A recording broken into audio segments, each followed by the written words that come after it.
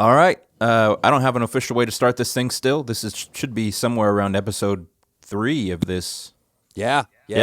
Anyway, but this is They're Okay. We are the Okay, me and Paul, part of it at least. And the goal here is to talk to other artists about what they're doing instead of focusing on ourselves the whole time. Today we have Payton from Carver Commodore. Payton, how are you today? Good, man. Good. Cool. I have to start this thing by saying that I'm an idiot. I want to say that publicly because we had agreed on a recording time, and I won. Well, two things happened. One, I forgot that Alabama was not on the East Coast. I mean, it is on the eastern part of the states, but not legitimately on the coast, so that's just dumb on my part. Also, you guys are in a different time zone, and I should have checked for that, and so I apologize, but you were so graciously joined us an hour early, so thank you for doing that. Hey, man, it's no problem. I'm just as much of an idiot as you are because I didn't think about Kentucky being on a different time zone either. I always mess it up. I was talking to Paul. I was like, "Oh, it turns out," he goes, "You didn't check for that?" I was like, "Yeah, that's a fair point." All right, so let's dive into this thing. I guess we'll start this way. Payton, tell us about Carver Commodore. Tell us about what you guys are up to and kind of what you do. Cool. So Carver is a rock and roll band. We're from Florence, Alabama. It's kind of our home base. I live in Florence. The rest of the guys live all around Alabama. We've been a band since 2016, 2017. We have played a ton of shows up until last year. We were supposed to play, a lot last year, and then we, like everybody else, kind of got knocked off our feet. And we've got one album that we released back in October of 2019, and now we've got another album in the bag. It's being mixed and mastered right now. Sweet. So last year, that was kind of what we worked on the most of the year. In March, we were supposed to go out and do South by Southwest for the first time and tour a lot in March and April and May, and all that got canceled. So we just went straight into the studio in March, and then the rest of the year just did that. We recorded a bunch of songs, and now we're getting them mixed and mastered, and we're going to make an album out of them. So Nice. All right. yeah, man. So that's really kind of what exciting. we've been up to. Cool. And so we met, I guess, very briefly through one show while you guys were on tour. I don't even remember the year, but back when I was in Ocean City. And also Nick sends his regards. He works nights now, so he was about to pass out when we started this thing. So I don't know that it was like that monumental or anything for you guys to have met us. But for us, it was one of those cool nights where, we were the opener for you guys, and it was just really cool to be a part of that tour for you all. But it was awesome as well to kind of meet and see a band that seemed to be about it in the same way that we were, if that makes any sense. Sometimes you meet bands and they're either really good and really terrible people, or they're not very good and you wish that they were because they're nice people. But you guys were both very good and very nice the whole night. So it was just a cool night for us. That's awesome, man. That's a really nice thing to say. Thank you. I mean, I don't know you guys because I wasn't in Ocean City, but when he told me we were talking to this band from Alabama, I was like, oh, Alabama, they're going to be real nice. So, Yep. Nice and dumb. Oh, gosh. I was just pumped to hear the accents, man, because I'm in Michigan. So Yeah. Nick and Zach, sometimes they get a little twang, but you're bringing the real South. I appreciate that. Yeah, dude. Michigan's the Alabama of the North, so we're in good company. I love it. I want that on a T-shirt, man. Michigan Yeah. is the Alabama of the North. Yeah, I'll man. give you credit. Don't worry.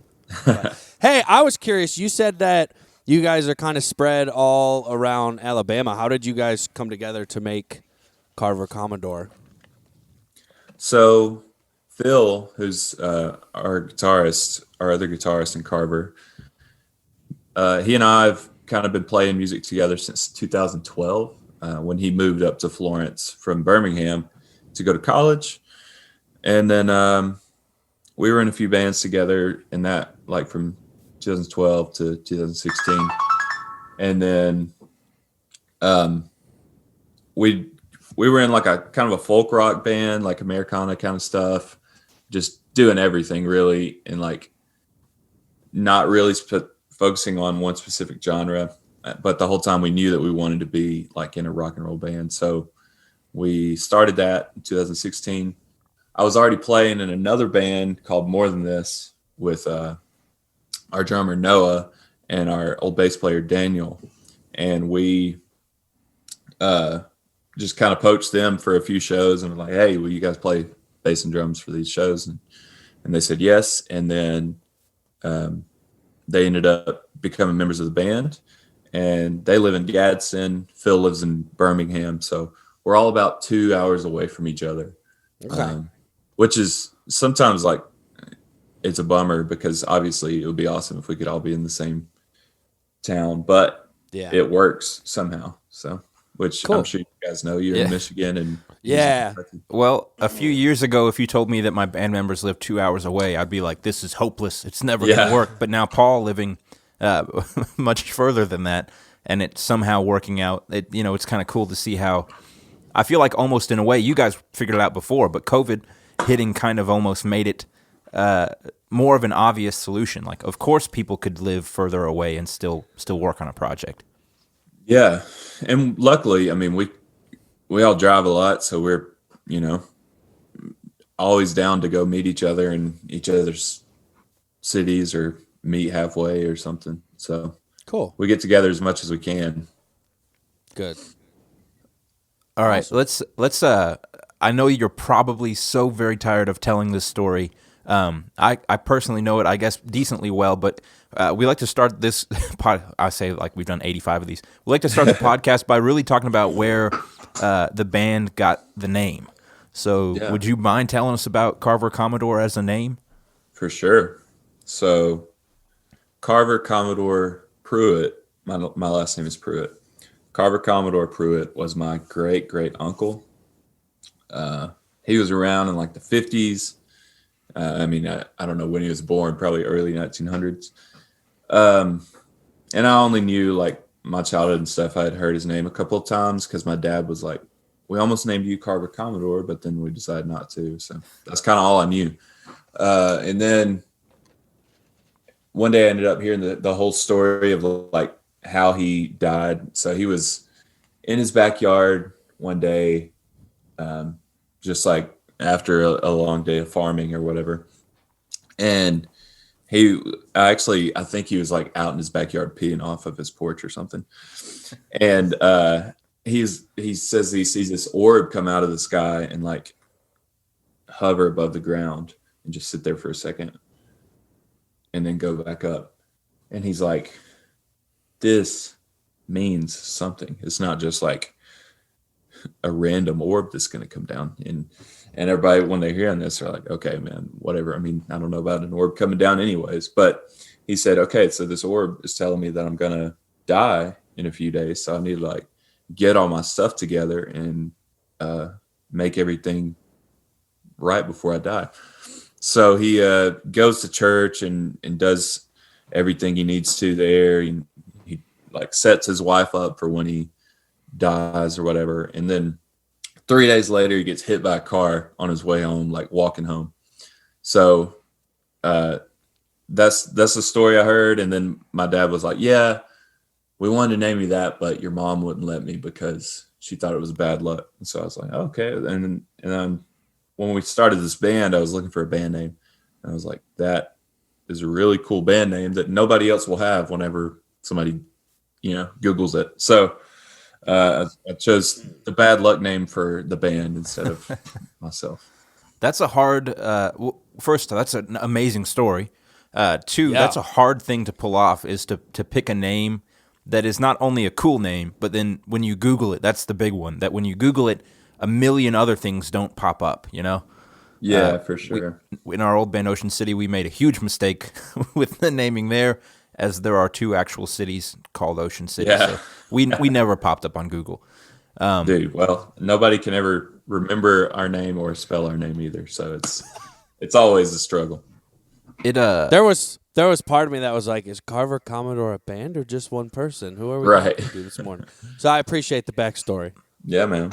I'm not trying to get into your industry secrets too much, but I'm sure you guys, being the caliber that you are, have talked to some industry people, at least some. I know you're a lot independent on a lot of things. It seems like, but have you ever had someone suggest to you as the front man that you should go by the name of Carver Commodore? No, I have a lot of people like assume that's my name. Which, Guilty. Yeah. it's a cool name, so I'm totally fine with that. But no, You're- nobody's ever said that. That's Well, fair. end of podcast. No, I'm just kidding. Yeah. So while we're talking about names, could you tell me a little bit about Pontiac Sunfires? Oh yeah. So that's our country alter ego act. We all obviously from Alabama grew up listening to country music, whether we wanted to or not. Yeah. Yep. So it's kind of ingrained in our DNA. But last year we were just trying to like stay sane and do as much as we could. So I was at the gym one day listening to Midland. I don't know if y'all have ever listened to that band. They're like a new country band, but they sound like they're from, the late 90s or something. Sure. So I was listening to them and I was like, dude, we got to do some music like this because it's super fun. And we've always just joked around about being like a trashy country covers band that plays at bars and stuff. And if we did, we were like, oh, okay, this is going to be called the Pontiac Sunfires. So I kind of came up with arrangements for like 3 of our songs, country arrangements. And then I was like, we're just going to call it the Pontiac Sunfires, put it out, and just play one show. We had already decided that we were going to do this country covers show for Halloween. We decided like a year before, but then COVID happened. So we were like, maybe we could still make this show happen. It was outdoor at like a brewery and ton of room and socially distanced and all that stuff. So we ended up doing that, and then we put the EP out as the Pontiac Sunfires. And we were like, the reason it's Pontiac Sunfires is just because we think that they're funny cars. Because any car like that's like a Survivor is funny to us for some reason. I had one of those, man. Good times. Good times. Yeah, dude. You You're had awesome. a Sunfire? Yeah, bro. It was great. I got it used awesome. and I drove it into the ground. Everything That's just it, broke man. on it. Yeah, But- that's how they all yeah, are. They're like, we call them daily drivers. Yeah. Everybody Yeah. calls them I that, got a but- good like 15 years out of it or something. Well, like I didn't altogether. It did. I only had it for like 2 years, but yeah, man, thing ran hard. Yeah, dude. They are survivors for sure. This is going to be a weird question, but is my barber still following you guys around? Oh yes, Yeah. dude. That was one of the best things that came out of that show was meeting James. We haven't. I mean, I haven't seen him in like over a year, maybe Well, like it's been a year and a half. Been a tough 9 months to be trying to follow bands to live shows. Yeah, dude. Not a lot of travel involved there. Yeah, our drummer Noah went and saw him a while back up in E-Town, but He's an I haven't interesting seen him in a guy. while. Dude, Shout out to awesome. James. I'm sure he's listening because he loves you guys. But as it was one of those things where I just had to accept that it was awesome for us to have introduced him to you guys because he became such a big fan. But it was the one show we had convinced him to come see, and we were like, we're gonna really rock it, and he's gonna be like, oh, you guys are killer. Instead, he was like, you guys are all right. Carver Commodore, those my guys God. got it. And so my first instinct was to be like, what the heck? But then my second was to be like, no, they deserve it, and that's really hilarious. That's awesome. He followed you guys around for a while. Yeah, man. He came to shows here in Florence and stuff. He's awesome. We love James. I'm blanking on it. Paul, you got anything? Oh I know yeah, you had some I was, questions stored up. I Yeah, hate yeah, commandeering yeah. these conversations. No, you're good. I don't want to, Okay, cool. So I'm curious. What are your guys' influences for your sound? Obviously, I hadn't heard you guys till we had set up this podcast, so I listened to your album and some of your singles and stuff, and I really dig it, man. And I know I hear some, similar, or bands that maybe you draw some influence from, but I want to hear from you. What are some bands that influence you guys in your sound? Yeah. So I'll go chronologically. We there are bands that we've all listened to growing up. that have influenced our sound for sure. Like Phil and I, the guitarist, grew up listening to like ton of classic rock stuff. So Led Zeppelin, AC/DC, all that stuff. Cool. All into that. So that sneaks its way in there for sure. Our drummer Noah grew up listening to like pop punk and hardcore stuff. So I mean, I'm sure that sneaks its way in there somehow too. Nick and Paul share that. Yeah. Clayton, our keys player, he grew up like mostly listening to like church music, I think, but then a lot of classic rock stuff as well. He's a big Pink Floyd guy. So, yeah, I mean, there's all that stuff kind of sneaks its way in, but now more modern stuff. We love listening to like the Strokes. We all love like that whole era of like 2000s post-punk stuff or whatever. Cool. The Strokes, the White Stripes. Yeah. You know, I'm a huge White Stripes fan. I grew up listening to them and all of Jack White's stuff now, you know. So that's an influence for sure. We all love the Hives. That we've been listening lately, some of the like newer bands that we've been listening to are like Wallows, Idols, bands like that. And there's this band called Lucius that I love a lot. Okay. And then my wife is a musician as well, and she listens to a lot more like Americana, folk, like, or like just softer stuff in general. So I hear a lot of that, and I like a lot of that kind of stuff too. Cool. This girl named Madison Cunningham that is amazing that I love, and kind of influenced the song on the new record, which is not in her style at all, but it is influenced by her for sure.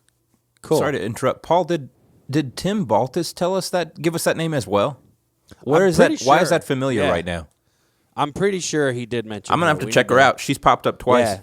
We need to look her up. You should for sure. What's interesting though is I went to school with she's a woman now. We were both young sisters. A girl named Abby, and she has a sister named Madison, and the last name is very similar to that. So every time it's weird. Both times I've been like, and it's like not that one. It's weird. Yeah. Anyway, quick moment of Zach there. Cool. Listen to her song "Pin It Down" first. It's a great song. Okay. Sounds good. Zach, we got to listen to Pin It Down after this. Yeah. Okay. Perfect. Cool. Sweet. Cool. All right. So I don't know much about Alabama except there's Birmingham and there's a metal band that I listen to that's from there. So I know nothing about the town you live in. Is it smaller town, city, and how has that affected like you trying to be a band? Because I live right outside Detroit, so growing up playing in bands was pretty easy. There's tons of venues. There's tons of people doing it. But then you get booked at like a show in a small town and you're like, whoa, people actually show up to this? Or, there's a local band there that there's only one place in town to play. So I was just curious what your geographical location, how it impacts your band and your success and what you guys do. Yeah, man. So like I said, I grew up in Florence, which is a part of the Shoals area. There's this town called Muscle Shoals.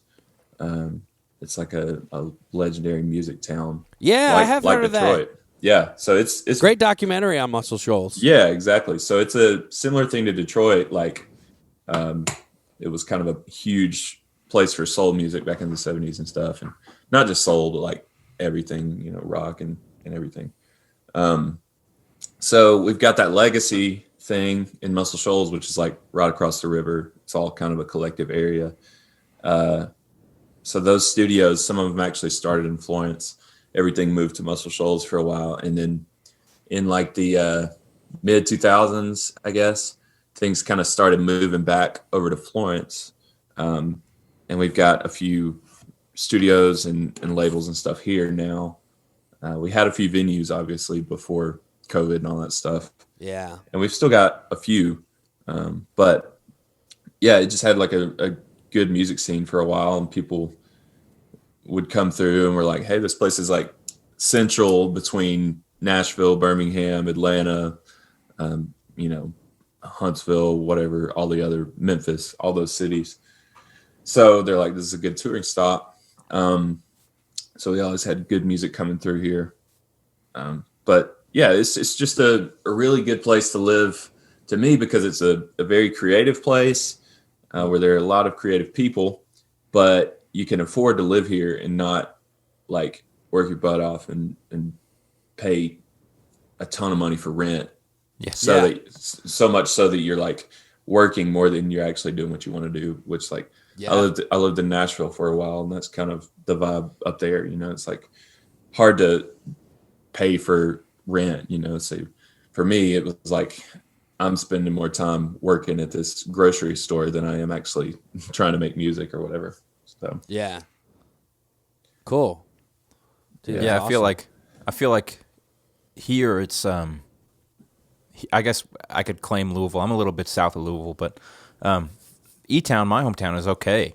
It's there's some decent talent there, but there's not a big market for it. But whereas Louisville, there's a pretty decent market, but now it's just overrun with metal bands, which isn't necessarily a bad thing. But you can't really find rock and roll or indie shows that you can really get in on. So that's it's surprising. a tough city. Yeah.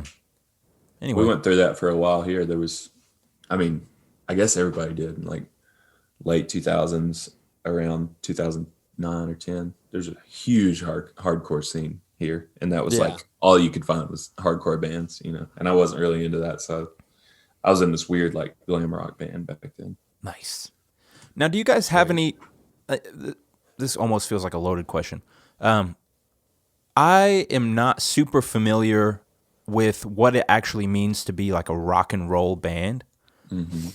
Do you guys ever experience pushback from like the old timers who are like, that's not rock and roll, like any of that kind of stuff?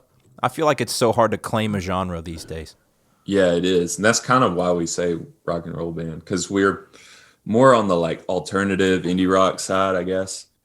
But we're loud. So like that's the big reason, honestly. So it's like we're just rock and roll, But no, I don't think we've had too much pushback on it. I'm sure mentally there have been a lot of people that are like, this is not rock and roll. This is way too crazy and loud for that. But we haven't had too many people be like, no, you guys are not rock and roll. But yeah, it's just kind of a catch-all. I wish, sometimes we say that we're like indie rock or alternative, but we do have some songs that are just like rock songs, But then if you say you're a hard rock band or a rock band, then everybody's like, oh, they're like a butt rock band, like Nickelback or something. So, exactly. It's I hard. love that butt rock's a genre. They too. Man. Now, you guys have have toured more, I think, than any other band I have had the personal connection with. You guys just do a lot of shows, and I think that's awesome, because I think that's really where bands become who they are.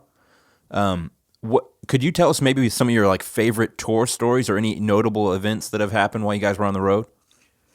Yes, and most of them are just like funny. We don't have that many like awesome tour stories. There have been a few shows that were like awesome, but most of the time we travel around and we have to like stay with people that we find on couch surfing or something like that. It's pretty rare that we'll go bite the bullet and pay for a hotel, just because that's not in the budget for us most of the time. We're trying to make as much money as we can because we don't make that much money. So one time we were playing in Baltimore. The night before we played in DC, and then the next day, through a random sequence of events, we were going to play at a hotel at like 11 a.m. on a Sunday, I think. And that sounds great.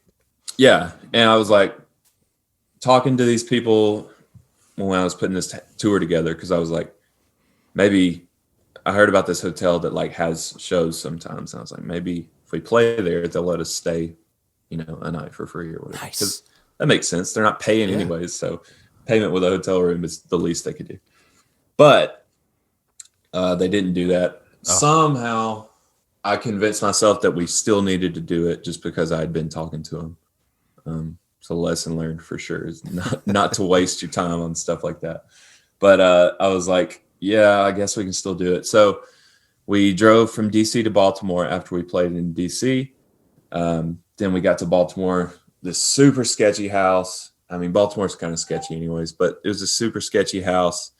Ton of people living there. It was kind of like a trap house.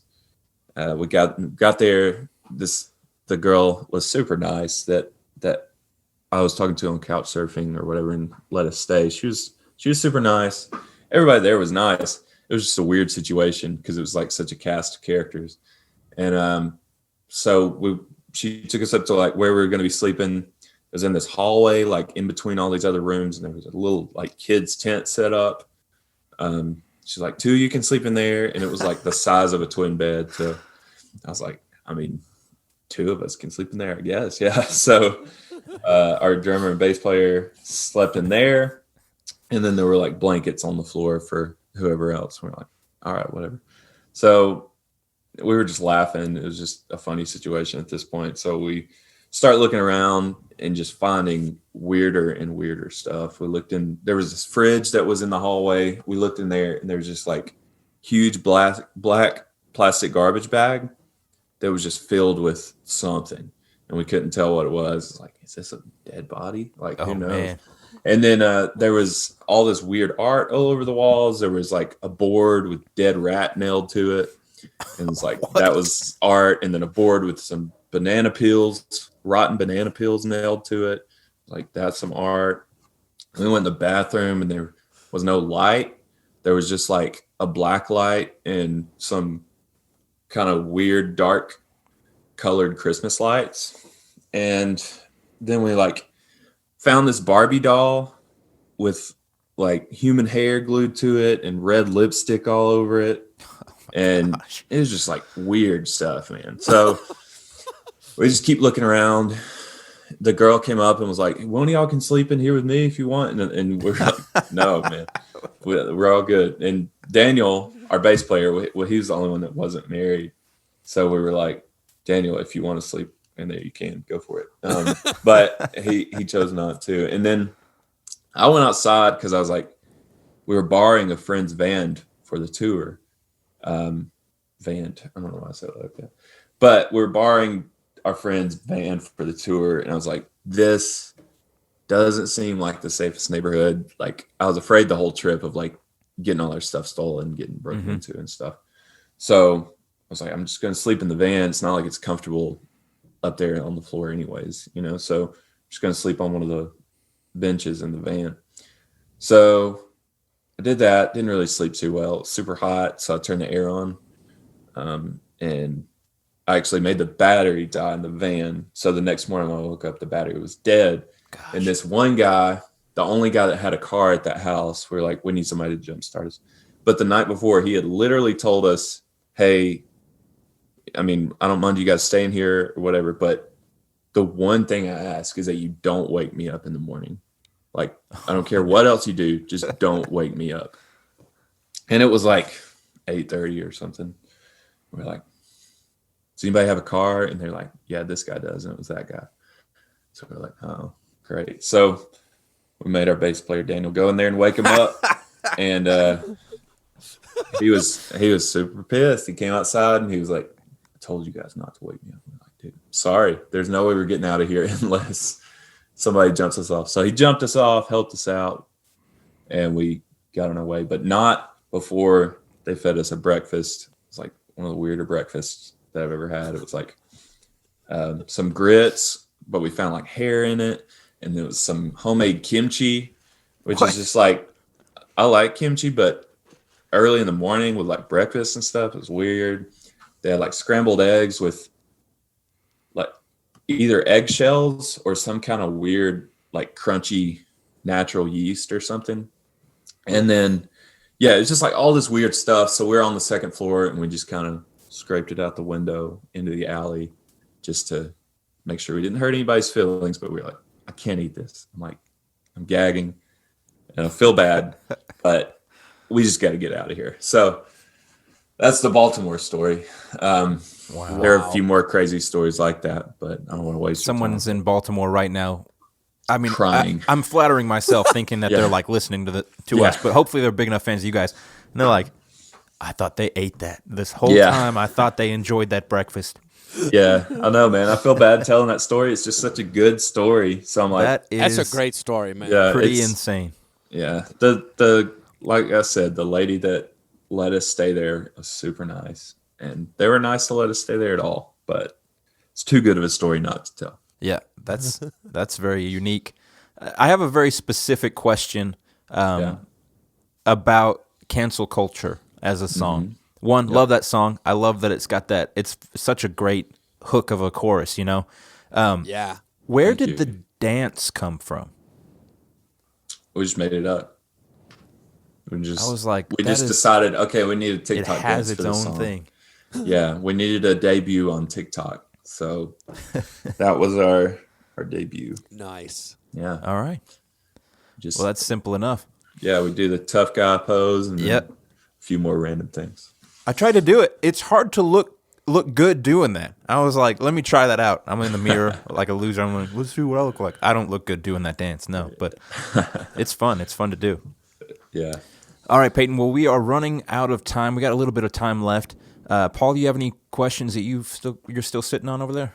Yeah, I do. So if someone sees you guys for the first time, never heard of Carver Commodore, they're at some show, boom, you guys get on stage. What do you want them to experience? What are you hoping they get from your set, from seeing you guys, all those things? I would like for them to experience the same thing that I experience when I go to shows that I love, like when I go see the Hives or Colony House or any of these other bands that I Oh, like. I love Colony House. Good Yeah. call. I always leave those shows feeling like super inspired, like, man, I'm ready to go do this myself and like get on the road and go out with all my boys and do something fun.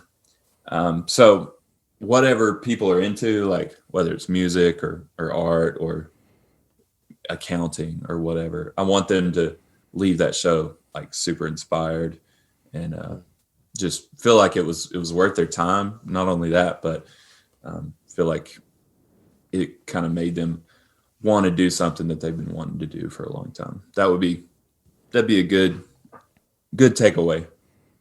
It's awesome. Yeah. Cool. Awesome. I like that.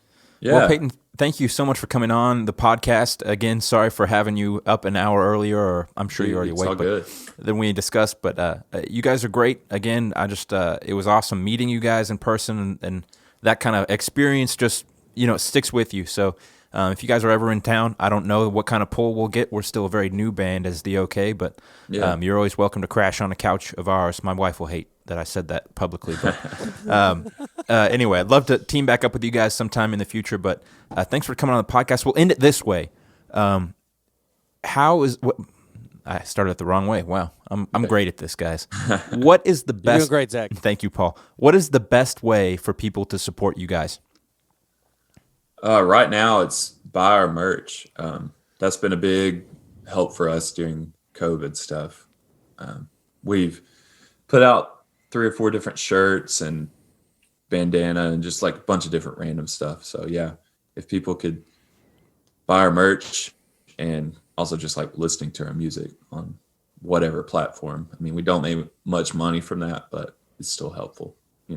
All the generic stuff too, like follow us on socials. But Yes, buying our that's a merch big is one. definitely the most helpful. And what are your handles on social media? At Carver Commodore on all of them. All right, pretty simple. You heard it here, folks. Follow Carver Commodore, listen to their stuff. It's really good.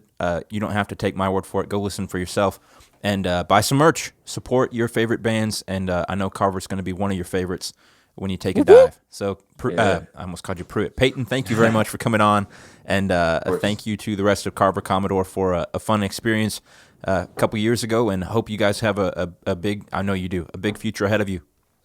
Thanks, man. All right. Definitely. Well, good to meet you, man. Come to Detroit sometime. Oh, I would love to. Actually, real quick, I have a question. Who's Sure. the metal band from Birmingham that you know? I can't remember. I think they're from Birmingham. I don't know them. I'm just a big fan. Era. Oh, okay. Cool. I've Have you ever of heard of them? No. I think they're from Birmingham. If not, I know they're from Alabama somewhere. But yeah, cool dudes. Sweet. Well, Yeah. all right. All right, man. Take it easy. All right. See y'all Hey, wait. later. Last thing. Yeah. I want to make sure I get this right. You said Michigan's the Alabama of the North, right? That's right. All right. I'm writing that down, man. We're making sure. Do it. Take it easy.